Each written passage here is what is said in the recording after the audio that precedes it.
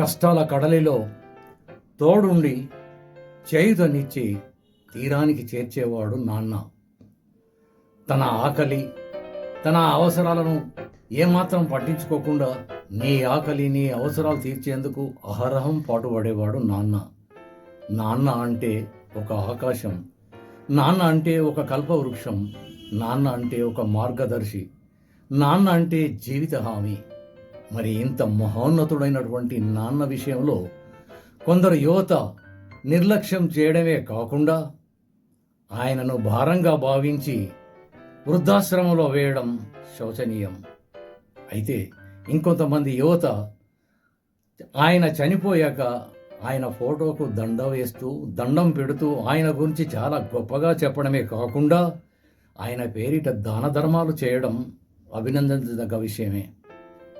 అయితే నాన్నకు ఇవేమీ శాంతినివ్వవు. ఆయనకు కావాల్సింది ఏంటి? రోజు ఒక 10 నిమిషాలు ఆయనతో ఆనందంగా ఆప్యాయంగా మాట్లాడితే చాలు, ఉన్నత శిఖరాలను అధిరోహించినంతగా ఆనందపడతాడు నాన్న.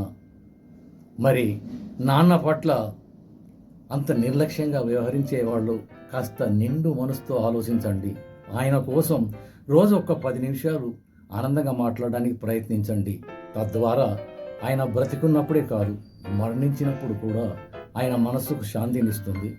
అంతేకాదు, మీరు కూడా పున్నామ నరకం నుండి పునీతులవుతారు.